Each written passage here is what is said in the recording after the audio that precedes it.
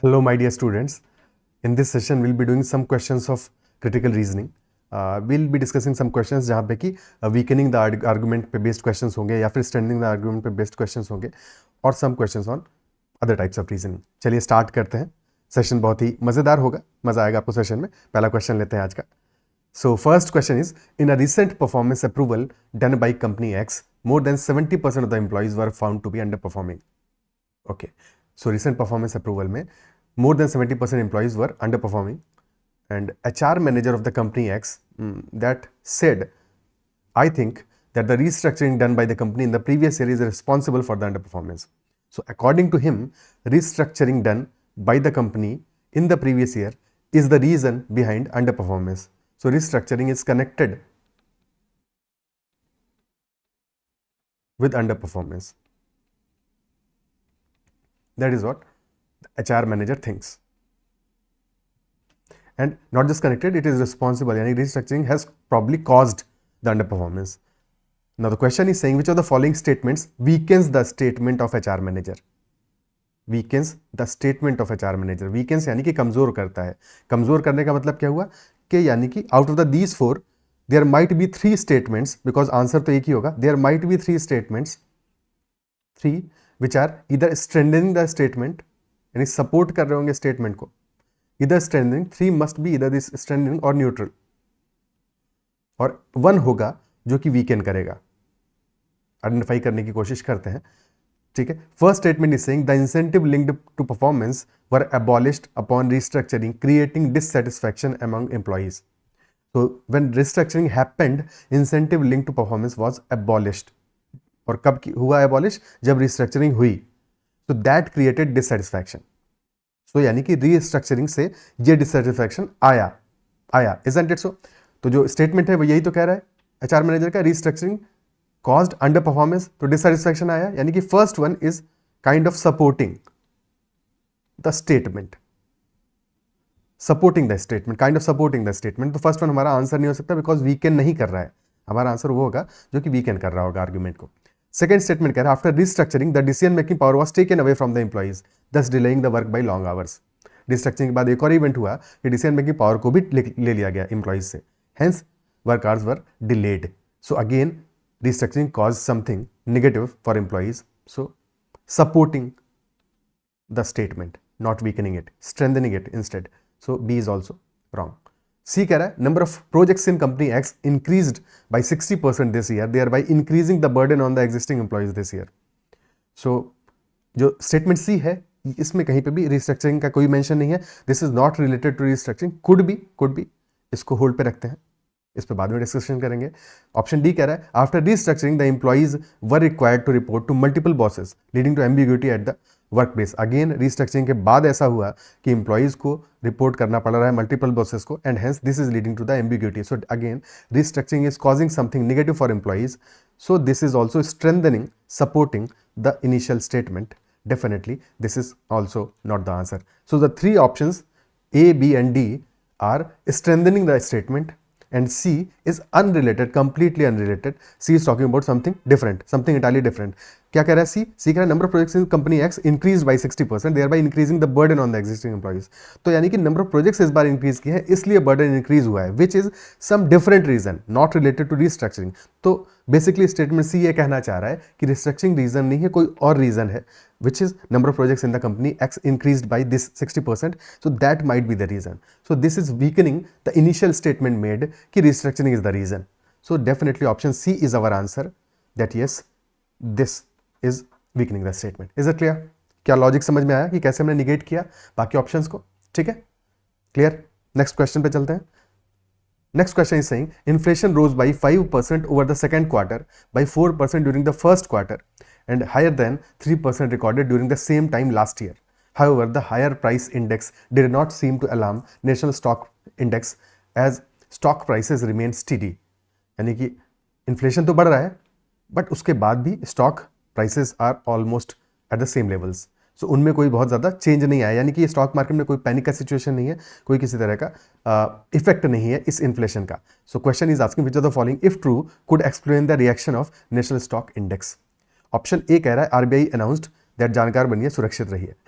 ठीक है, आरबीआई ने अनाउंस किया दैट इट विल टेक, जानकार बनिए, सतर्क रहिए है एक्चुअल में, हाँ, RBI announce that it will take necessary corrective measures. ठीक है, सो आरबीआई कह रहा है कि चिंता मत करो, we will be doing something corrective, but कुछ स्पेसिफिक मेंशन नहीं है यहाँ पे। ठीक है, ज्ञान की बात है कि करेगा कुछ, बट करेगा की वजह से आज क्यों पैनिक नहीं करेंगे, या स्टॉक मार्केट में स्टॉक प्राइसेस आज क्यों स्टेडी रहेंगे, बिकॉज आज तो नहीं कर रहा है ना, कहा है, सिर्फ कही हुई बात है, कही हुई बातों पे इतना भरोसा, तो definitely this is not very sure. ठीक है, नॉट वेरी श्योर, तो this might not explain, we do not know. ठीक है, अभी आगे के ऑप्शंस पे देखते हैं। नेक्स्ट कह रहा है stock prices were steady because of a fear that inflation would continue. तो अगर एक फियर होगा दैट इन्फ्लेशन विल कंटिन्यू, तो स्टॉक प्राइसेस स्टीडी क्यों रहेंगे, दिस इज एब्सोल्युटली एब्सर्ड, तब तो पक्का ऊपर नीचे जाएंगे, तो option B is definitely wrong. Option C कह रहा है economists warned that inflation would continue, जब इकोनॉमिस्ट वार्न करेंगे दैट इन्फ्लेशन वुड कंटिन्यू, तब तो पक्का भाई स्टॉक मार्केट की लगने वाली है कि नहीं, ऊपर नीचे होने वाला है, तो option C is also not correct, that is not explaining कि स्टीडी क्यों रह रहा है। ऑप्शन डी कह रहा है much of the quarterly increase in the price level was due to a summer drought effect on the food price. Much of the quarterly increase in the price level was due to a summer drought effect on the food price. ठीक है, तो मतलब क्या हुआ इस बात का कि हमारा इन्फ्लेशन जो राइज किया है वो 5% over the second quarter and 4% over the first quarter, and this is higher than 3% recorded during the same time last year. First quarter हमारा होगा April to June, then July to September second quarter है, so this is yes, ये पहले हमारा summer का season है, summer, then फिर rainy season है, इज इट सो, तो उसी पीरियड की बात कर रहा है ये हमारा option D. Much of the quarterly increase in the price level was due to a summer drought effect on the food price. So summer drought की वजह से जो फूड प्राइस पे इफेक्ट आया, that is why the inflation is rising so much, so there is a reasoning behind that. ठीक है, and maybe that is why because the stock index और stock prices have remained steady. Is it clear? ठीक है, so that could be a reasoning behind, option D could be the actual reason, because option D specific बात कर रहा है। Option A में कहा है करेक्टिव मेजर्स आरबीआई लेगा, बट आज तो सर्टेन नहीं है ना, तो आज तो नेशनल स्टॉक प्राइसेस पे, नेशनल स्टॉक इंडेक्स पे अफेक्ट होना चाहिए था इसका, तो option A will not be the correct answer. Could explain है, ठीक है, मस्ट एक्सप्लेन तो नहीं है, कुड है, definitely option D is the answer, कि this might be the reason behind the steadiness of the stock prices. Is it clear? ठीक है, next question. In 2002, according to a news poll, 36% of the voters had leaning towards party Y. In 2004, this figure rose to 46%, यानी कि 2002 में 36% are favoring party Y, 2004 में 46% are favoring party Y. But in another survey, the percentage was down to 40%. तो एक और सर्वे में 40% के आसपास सर्वे पहुंच गया। Therefore, कंक्लूजन क्या ड्रॉ किया? Therefore, the party Z is likely to win the next election. ठीक है, पहली चीज तो before going to the questions options, ठीक है, पहले हम इस स्टेटमेंट का फ्लॉ समझते हैं कि इस स्टेटमेंट में फ्लॉ क्या है। देखो, पहली चीज तो कहीं पे भी ये नहीं कहा कि इलेक्शन में दो ही पार्टीज हैं, इजंट इट सो? इलेक्शन में दो ही पार्टीज हैं, ऐसा तो नहीं कह रहा ना कि दो पार्टीज हैं, तीन पार्टीज हैं, तीन पार्टीज हैं, एबीसी दो पार्टीज हैं। तो जब ये बात हमें नहीं क्लियर है कि इलेक्शन में एग्जैक्टली सिर्फ दो ही पार्टीज हैं, तो हम ये कैसे कंक्लूड कर सकते हैं कि अगर वाई को 40% लोग सपोर्ट कर रहे हैं तो बचे हुए जेड को कर रहे होंगे, बिकॉज जेड अगर जीतने वाला है तो यानी कि जेड को 40% से ज्यादा लोग सपोर्ट कर रहे हैं। तो kind of the statement is suggesting कि ओनली टू पार्टी वाला सिचुएशन है, but that is nowhere given, so we can not conclude that rightfully. ठीक है ना, तो पक्का तो नहीं है कि कंक्लूड कर सकते हैं। अब चलते हैं अपने क्वेश्चन पे। क्वेश्चन कह रहा है which of the following if true would seriously weaken the conclusion. Seriously weaken मतलब डेफिनेटली वीकन, जहां से पक्का पक्का वीकन हो जाए। ठीक है, कि पक्का वीकन होने का मतलब क्या हुआ, हमारा जो कंक्लूजन है वो क्या है? कंक्लूजन ये है the party Z is likely to win, Y को 40% मिल रहा है और इसलिए Z is likely to win, that is the conclusion. ठीक है, that is our stated statement, ये कंक्लूजन है हमारा। तो इस कंक्लूजन को हमें वीकन करना है अपने गिवन ऑप्शंस में से किसी एक से, और जिससे सीरियसली वीकन होगा वो हमारा आंसर होगा। ऑप्शन ए कह रहा है people tend to switch their votes at the last minute, तो ये कह रहा है लोग एंड टाइम पे अपना वोट बदल देते हैं। ठीक है, पॉसिबल है, करते होंगे ऐसा, बट ये स्पेसिफिकली तो नहीं बात कर रहा है कि अगर बदलते हैं तो ये भी तो हो सकता है कि वाई वाले सारे जेड पे चले जाएं, पॉसिबल। ठीक है, so this is not contradicting the statement, not contradicting, so not the answer. Option B, it has been shown that 85% of the voters belonging to party Y vote in an election as compared to 80% of the voters belonging to party Z.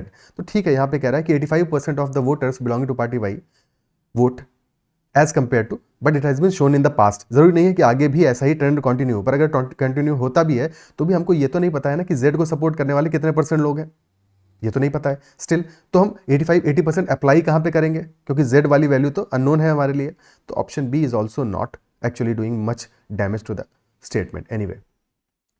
Option C कह रहा है 35% of the people favor party Z. Now this is something, ये exactly हमको एक value दे रहा है that 35% of the people favor party Z which is less than 40%. 40% कर रहे हैं Y को, पर Z को कर रहे हैं 35 सिर्फ। तो डेफिनेटली Y को ज़्यादा लोग सपोर्ट कर रहे हैं, और जब Y को ज़्यादा लोग सपोर्ट कर रहे हैं then party Z, how is party Z going to win the next election? That is something. This is contradicting the initial statement. This is contradicting the conclusion in the statement. So definitely option C is a quite probable answer. Strong answer choice है. Check करते हैं D को भी. D कह रहा है no one can predict how people will vote. Again a very subjective and general statement कि कोई predict नहीं कर सकता कि लोग कैसे वोट करेंगे. ये बात सही है, बट इससे हमारा जो इनिशियल स्टेटमेंट है ये कॉन्ट्रडिक्ट नहीं होता है, ये वीकेंड नहीं होता है। कोई प्रेडिक्ट नहीं कर सकता है तो जेड भी जीत सकता है। इज दैट क्लियर कि ए और डी हमारे जो स्टेटमेंट हैं they might be true but they are not weakening the conclusion. हमारा कंक्लूजन ये है कि वाई को 40% मिल रहा है, Z is likely going to win. तो हमारा जो भी आंसर ऑप्शन होगा that should hamper this particular conclusion that no Z is not likely to win, and option C is doing just that कि जेड का टोटल फेवर करने वाले लोग ही 35% है, Z can not win. So option C is our correct answer. Okay, next question. Next is saying beautiful beaches attract people, no doubt about it. बहुत ही अच्छा सवाल है, इसको पॉज करके पहले खुद से प्रॉपर्ली सॉल्व करना है, ठीक है? थोड़ा टाइम लेगा but try to solve it, उसके बाद में आंसर देखोगे तो मजा आएगा। Beautiful beaches attract people, no doubt about it. Just look at this cities beautiful beaches which are among the most overcrowded beaches in the state. Okay, तो हमारा initial statement क्या कह रहा है कि ब्यूटीफुल बीचेस हैं, ठीक है? शॉर्ट में इसको लिखते हैं क्या, देखो ब्यूटीफुल बीचेस हैं और they attract people. Attract people यानी कि क्या होता है, beautiful beaches are related to people, connected to people, that is there is no doubt about it. Then क्या कहता है, second statement is saying just look at this cities beautiful beaches, यानी कि इस सिटी के जो ब्यूटीफुल बीचेस हैं they are among the most crowded.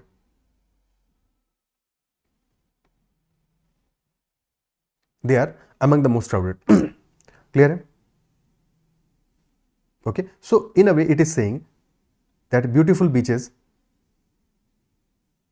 are correlated to crowd या people,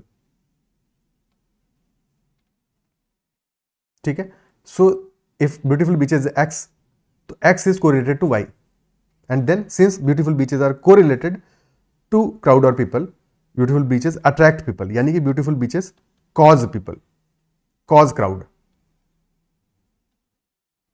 बिकॉज हमें सिमिलर पैटर्न आइडेंटिफाई करना है। तो x is correlated to y, so that implies that x causes y। This is what the reasoning is in the initial statement. और question हमसे कह रहा है which of the following exhibits a pattern of reasoning most similar to one exhibited in the argument above. तो above argument में है x is correlated to y, so x caused y, that is the reasoning. Option A कह रहा है moose and bear usually appear at the same drinking hole at the same time of the day, therefore moose and beer must grow thirsty at about the same time. ठीक है, similar लग रहा है कि नहीं है, चेक करते हैं। तो मूज और बियर क्या है, usually appear at the same drinking hole at the same time of the day, यानी कि X and Y are correlated. X क्या है, X is moose, Y is beer, तो they are correlated because they usually appear at the same drinking hole at the same time of the day. Second statement कह रहा है therefore moose and beer must grow thirsty at about the same time, यानी कि second statement कह रहा है therefore X and Y must be connected to Z. X क्या है, मूज और beer, so X and Y are connected to what, Z. Z is growing thirsty. तो यहां पे एक नया कहानी, नया जेड को एंट्री ले दिया, तो ये तो हमारा सिमिलर टू रीजनिंग नहीं है, isn't it? So option A is not correct answer. B कह रहा है children who are scolded severely tend to misbehave more often than other children. Hence, if a child is not scalded severely, that child is less likely to misbehave. So, children scalded severely tend to misbehave. यानी scalded severely is connected to tending to misbehaving.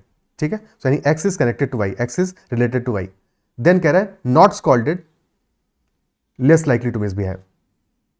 तो यहां पे reasoning क्या है कि x is related to y और hence not x is related to not y. Again, not the similar reasoning. Option B is also incorrect. Isn't it so? Option C कह रहा है this computer program helps increase the work efficiency. तो computer program helps increase work efficiency यानी x is related to y. x है हमारा computer program, y है work efficiency. Fine. As a result, these users have more free time. किस वजह से? Work efficiency की वजह से. यानी कि x is related to y and y causes z. Again, not connected. Not the same reasoning. Option C is also incorrect. During warm weather, my dog suffers from fleas more than during cooler weather. Therefore, fleas must thrive in a warm environment. Warm weather, my dog suffers from fleas. Warm weather is connected with what? Fleas. और second statement कह रहा है therefore fleas must thrive in a warm environment. यानी कि therefore warm weather must cause fleas. ठीक है, तो warm weather यानी कि x is connected with fleas y. Therefore x warm weather must cause y. Absolutely similar with our initial statement. Option D should be the correct answer. Should be the correct. E को check कर लेते हैं. Pesticides are known to cause anaemia. Pesticides known to cause anaemia यानी कि connected है pesticides और anaemia. However most anaemic people live in regions where pesticides are not commonly used. ठीक है, यानी pesticides x are known to cause y anaemia. However most anaemic people live in regions where pesticides are not commonly used. ठीक है, यानी कि y live in people where pesticides are not commonly used, y not x. Again not the same reasoning. Absolutely. तो E is incorrect. D is our correct answer. Is it clear? ठीक है, next question पे चलते हैं. Next is saying Neelu has never received a violation from the Federal Aviation Administration during her 16-year flying career. एक second, सैली नहीं है यहाँ पे, नीलू ही रखो. ठीक है, actually this question has appeared in 2 other places. Actually में एक जगह से सैप में इंस्पायर हुआ है. ठीक है, सो ओरिजिनल में सैली है language, that is why Sally is mention there. और फिर स्नैप के लिए कन्वीनियंटली मैंने नीलू में चेंज कर दिया. दैट इज वाई एक जगह पे नीलू आ गया, एक पे सैली आ गया. क्वेश्चन जो स्नैप में आया है वो यही आया कि Neelu has never received a violation from the federal aviation Administration during her 16-year flying career. So Neelu must be a great pilot. Okay, so conclusion ये है कि एक बार भी वायलेशन उसको मिला नहीं है, इसलिए नीलू एक ग्रेट पायलट होगी. So as such this argument is flawed, because अगर किसी को वायलेशन नहीं मिला है from the FAA federal aviation administration, that does not mean that that person must be a great pilot. There must be other factors for someone's greatness or being a great pilot. So question ये कह रहा है which of the following can be said about the reasoning above, कि reasoning के बारे में क्या कह सकते हैं that Neelu is a great pilot, हम कैसे conclude कर सकते हैं. ऑप्शन ए कह रहा है definitions of the term create ambiguity. So yes, definition of the term की greatness क्या है वगैरह वगैरह, but that is not going to create ambiguity, that is not the reasoning. ठीक है, क्योंकि conclude तो किया है ना still, तो एम्बिग्यूटी तो नहीं है. The argument uses circular reasoning. Circular reasoning तब होता है जबकि हमने कहा ए से बी हो रहा है, दो बी से ए हो रहा है, ऐसा नहीं है. ठीक है, सो दोनों स्टेटमेंट डिफरेंट बातें कह रहे हैं. सर्कुलर रीजनिंग तो नहीं है. B is also not the answer. Works by analogy. Analogy तब होता है जबकि आप एग्जाम्पल दो. ठीक है, वैसा भी नहीं है, तो ये ग्रेटनेस का एग्जाम्पल नहीं है. So C is somehow not correct. D कह रहा है argument is built upon hidden assumptions. So yes there is something missing from the statements. Statement क्या कह रहा है कि नीलू को एक वायलेशन कोई भी नहीं मिला है, no violations from FAA and hence Neelu is a great pilot. But on what premises? क्या exactly reason है उसका? Reasons missing है यहाँ से. जिस वजह से conclude किया वो missing है. Those assumptions are missing. Nowhere mentioned. So yes, this is built upon some hidden assumptions which are not mentioned in the statement. Which are not mentioned in the statement. Option D should be the correct answer. Clear है? Okay. Now going for a better question, a good question on this particular statement only. So next statement है हमारा, सैली है, नीलू की जगह सैली है. ठीक है, which is the question from the original source. Sally has never received a violation from the FAA during the 16-year flight career. Sally must be a great pilot. Which of the following, if true, would most seriously weaken the conclusion above? If true, यानी कि कोई एक ऐसा होगा जो सबसे ज़्यादा weaken करेगा स्टेटमेंट को, which implies कि other 3 might either be neutral or strengthen the statement. Okay. So option A कह रहा है, या फिर अनरिलेटेड भी हो सकते हैं कि कोई सेंस ही नहीं बनता उनका, कंप्लीटली आउट ऑफ स्कोप है। ऑप्शन ए कह रहा है every 5 year the federal aviation administration या FAA, ठीक है, expunges violations from the record of its best pilots. Is it even related? Because हमारा स्टेटमेंट क्या कह रहा है कि definitely Neelu has never received a violation, तो यहाँ पे एक्सपंज करने की कोई बात ही नहीं है, it is completely out of scope, does not make sense at all. Option B कह रहा है some pilots who have been flying for less than 20 years are not great pilots. Fine, some might be not great pilots who are flying for less than 20 years, but that does not mean that Sally is not a great pilot. So we cannot weaken the statement made because some are not great, है कि नहीं?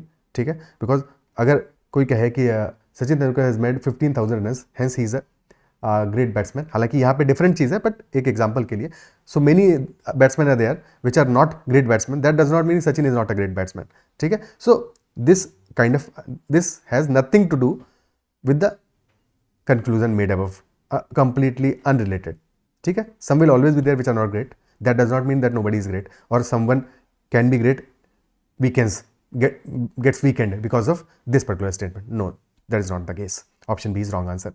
Option C कह रहा है in some occupations a lack of policy or procedural violations does not constitute greatness. तो ये एक बार चमकाता है, थोड़ा दिमाग में रहता है कि कहीं यही तो आंसर नहीं है, isn't it so? थोड़ा सा अच्छा लग रहा है ऑप्शन कि in some occupations a lack of policy of procedural violation, यानी कि ये कह रहा है कि अगर किसी का कोई वायलेशन नहीं हुआ है, दिस डज नॉट मीन कि वो ग्रेट हो जाएगा, ठीक है? इससे ये पता नहीं चलता, ठीक है? ये कोई किसी तरह से ये सिग्निफाई नहीं करता है कि कॉन्स्टिट्यूट करेगा ग्रेटनेस को, बट प्रॉब्लम ये है कि ये कह रहा है इन सम ऑक्यूपेशंस।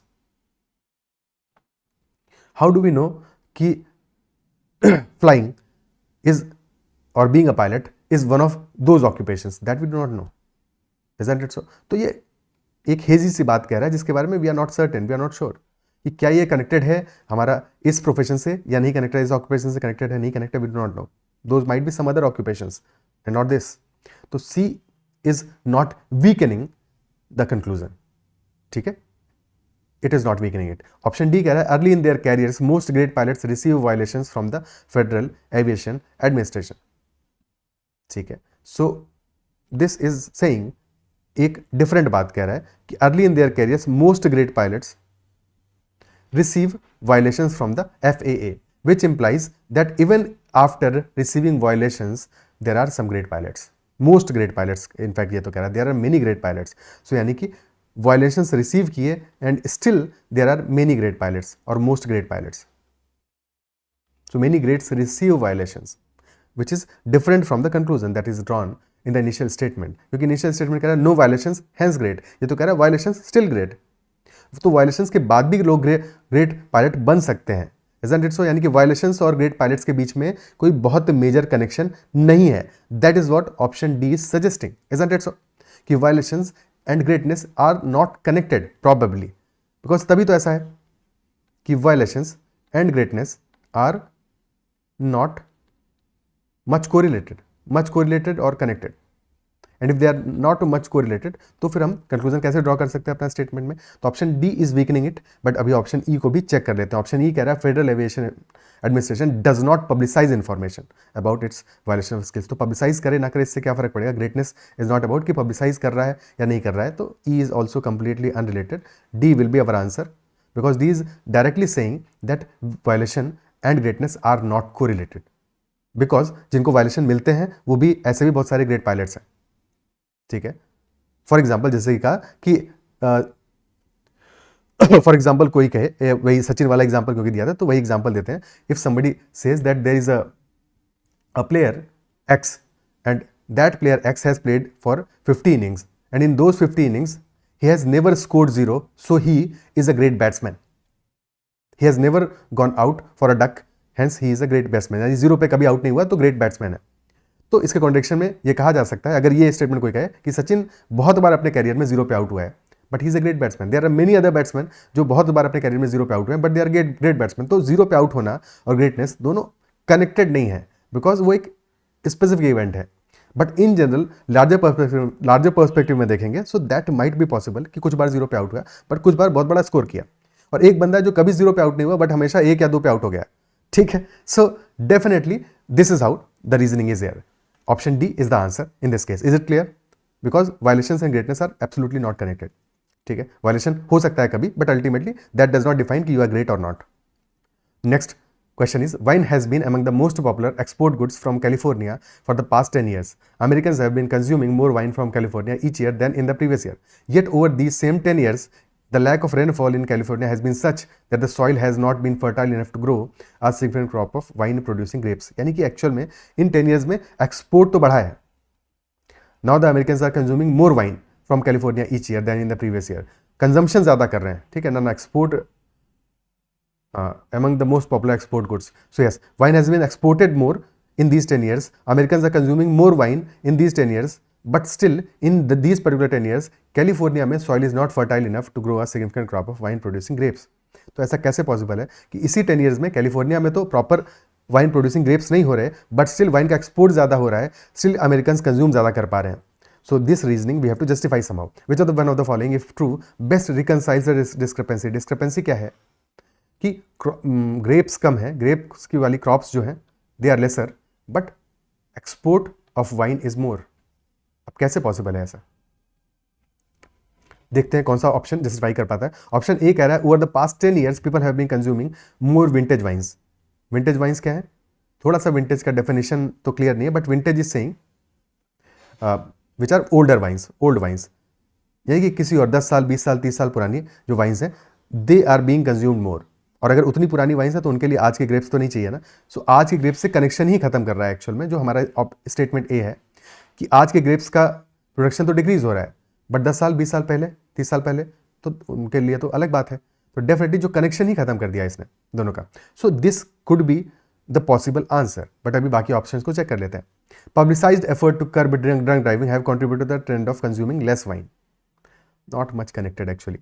ठीक है, कि अगर ड्रंक और ड्राइविंग लोगों ने कम कर दिया है तो उससे ये कैसे होगा कि ज़्यादा एक्सपोर्ट होगा. ठीक है, मतलब बहुत ज़्यादा जस्टिफाई नहीं करता है. ठीक है, क्योंकि कितना ड्रंक ड्राइविंग पहले करते थे. ठीक है, so a very subjective statement does not reconcile the discrepancy. Option C, irrigation attempts in California were unsuccessful. ये तो उल्टा और डिस्क्रिपेंसी को बढ़ा रहा है कि अनसक्सेसफुल हुआ है. ठीक है, so this is not the answer.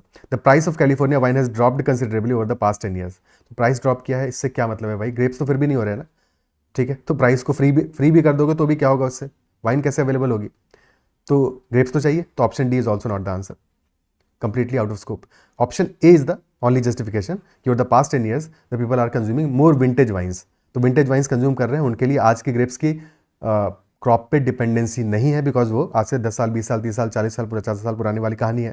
तो definitely this reconciles the discrepancy. Is it clear? Option A will be the answer. Next is, the cafeteria of a certain elementary school provides a free lunch every day to the entire school body, entire student body. तो cafeteria है जो कि provide करता है एक free lunch एक school का, a significant expense in the schools annual budget. Hence, a vice principal was exploring cost-reducing measures that would not compromise nourishment. तो क्या कर रहा है? Vice principal is exploring cost-reducing measures that would not compromise on the nourishment. A local Italian restaurant offered the school a large number of pizzas at a vastly reduced bulk rate. The pizzas were served one day, and afterward, the vice principal calculated the cost of the pizza, and delivery was slightly more than the average cost of the typical cafeteria lunch day. तो average cost है typically जो cost आता था उनका, उससे ज़्यादा आया है इस बार. Okay, therefore, he concluded that the school could not save money by replacing a day of cafeteria lunch with a day of pizza from the restaurant. उसने कंक्लूड क्या किया? क्योंकि कॉस्ट ज़्यादा आया है, हेंस स्कूल सेव नहीं कर पाएगा money by replacing A cafeteria lunch day with pizza from the restaurant. Okay, now the question is saying, which of the following would be most useful for evaluating the conclusion drawn. Most useful for evaluating the conclusion drawn, सबसे ज्यादा useful क्या होगा? तो सबसे पहले तो हमें ये पता होना चाहिए कि कंक्लूजन किस बात पे ड्रॉ कर रहा था वाइस प्रेसिडेंट. कंक्लूजन ड्रॉ कर रहा था वो कॉस्ट रिड्यूसिंग मेजर्स पे, यानी कि cost is the important factor. तो जो भी हमारा आंसर ऑप्शन कॉस्ट पे इफेक्ट डालेगा उसके लिए हमें कंसर्न होना है. इसके अलावा किसी भी चीज़ पे कोई इफेक्ट कर रहा है तो वो हमारे लिए इंपॉर्टेंट नहीं है. ठीक है, कि कॉस्ट रिड्यूसिंग होना चाहिए बट नरिशमेंट पे कंप्रोमाइज नहीं करना चाहिए. ठीक है, क्लियर है? ओके, सो कॉस्ट हमारे लिए इंपॉर्टेंट है. और दूसरी बात क्या है, किस चीज़ का कंक्लूड किया है कि कैफेटेरिया लंच डे और पिज्ज़ा जो खाए उस दिन, ठीक है, उन दोनों का कंपेरिजन है कि school can not save money by replacing a day of cafeteria lunch with the pizza. Option A कह रहा है how many pizzas were uneaten at the end of that days lunch. तो फॉर एग्जाम्पल ये समझो कि एक जो normal lunch day होता है और पिज़्ज़ा वाला जो लंच डे है, इनमें ऐसा फ़र्क है कि नॉर्मल लंच डे पे लेट अस से 1000 रुपीज़ का कॉस्ट आता है। एग्जाम्पल के लिए वैल्यूज़ ले रहे हैं सिर्फ समझाने के लिए, ठीक है। तो और पिज़्ज़ा वाले लंच डे पे 1200 रुपीज़ का बिल आया है, तो 200 रुपीज़ ज़्यादा आया है। बट अगर ऐसा हो कि एक्चुअल में बहुत सारे लोग हैं जिन्होंने पिज़्ज़ा खाया ही नहीं, यानी कि 10% या मान लो 20% तक, 10 से 20% तक लोगों ने पिज़्ज़ा कंज्यूम ही नहीं किया, तो उस केस में क्या ये चीज़ कॉस्ट पे इफेक्ट डालेगी? कॉस्ट पे फर्क डालेगी, डेफिनेटली फर्क डालेगी। So how many pizzas were uneaten at the end of that days lunch is a important factor, because उतने पिज़्ज़ा फिर ऑर्डर नहीं होने चाहिए थे। अगर उतने पिज़्ज़ा ऑर्डर नहीं होते तो कॉस्ट पे डायरेक्टली फर्क पड़ता। So this is completely related with cost, तो this could be most useful. ठीक है, यूजफुल तो डेफिनेटली है, कुड बी मोस्ट यूजफुल। बाकी ऑप्शंस को चेक करने के बाद ही पता कर पाएंगे कि मोस्ट यूजफुल है कि नहीं। यूजफुल तो डेफिनेटली है बिकॉज डायरेक्टली कॉस्ट पे अफेक्ट कर रहा है। बी कह रहा है whether pizza provided the same level of nutrition as a typical cafeteria lunch.